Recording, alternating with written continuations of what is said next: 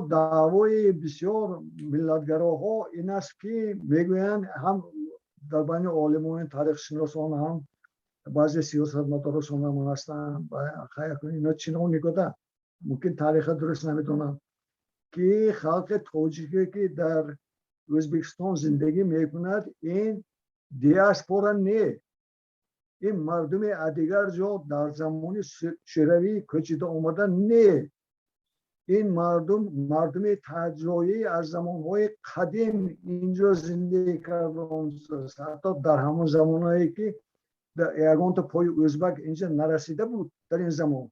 اینا تاریخ دولت داریشون میگن از شیبانی های صبح نمیده هم اگه 500-600 سال این همه چیزا تماما انکار کردن هست تا حالا.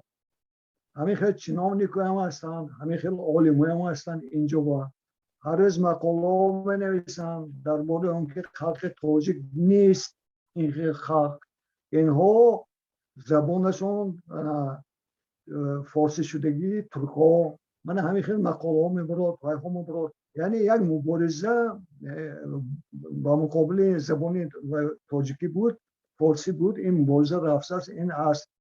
اگر ریشتوشه دیگر از زمان پیاتر یک سال میشد وقتی که باید سیاست معین میکنم میگه که ما باید با آرهای گرمی خلیج فارس بریم، یعنی ایران با جنگ کردن نشد، سونی بوسه آسیا میونه وای کردنش وای الکساندر همه علمای جمع کرده گفت که چیکار کنیم که ما آسیا میونه ابد در تصرف ما بمونه، اونجا دیگر مثلا یه تغییرات نشد. و اونا گفتن که شرقشناسا اونجا یه خلقی هست که مدنیتش مدنیت روس بلند، ما اون کارو اونجا کرد نمیتونیم، مدنیت خامه اونجا ترغیب کنه نمیتونیم. چیکار کردن در کار بود؟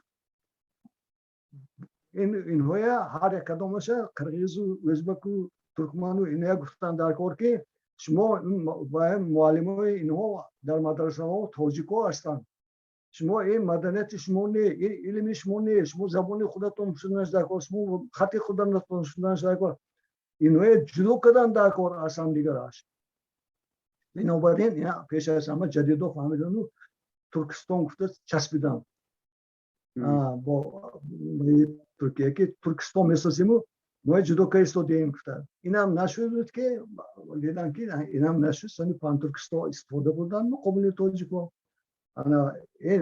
این سیاست تا حالی دوام کرد است. برای اون دوره سعیدی هم دوام کرد، برای اون دوام کرد که اونایی که ترجمان بودن از تاجیکستان میرفتن به افغانستان، وقتی که مسکو میرفتن در وزارت کارهای خارجی، اونها در اونجا روی راست میگفتن با من حاجی مراد، با من روشن یارم.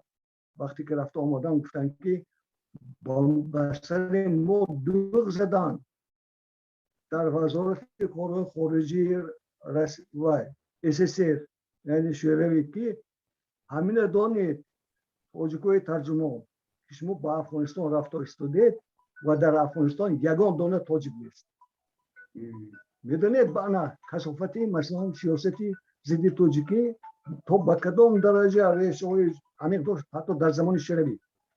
همین باید باز دوام کرده شده است. همین روسیه سیاست دیگر نشده است.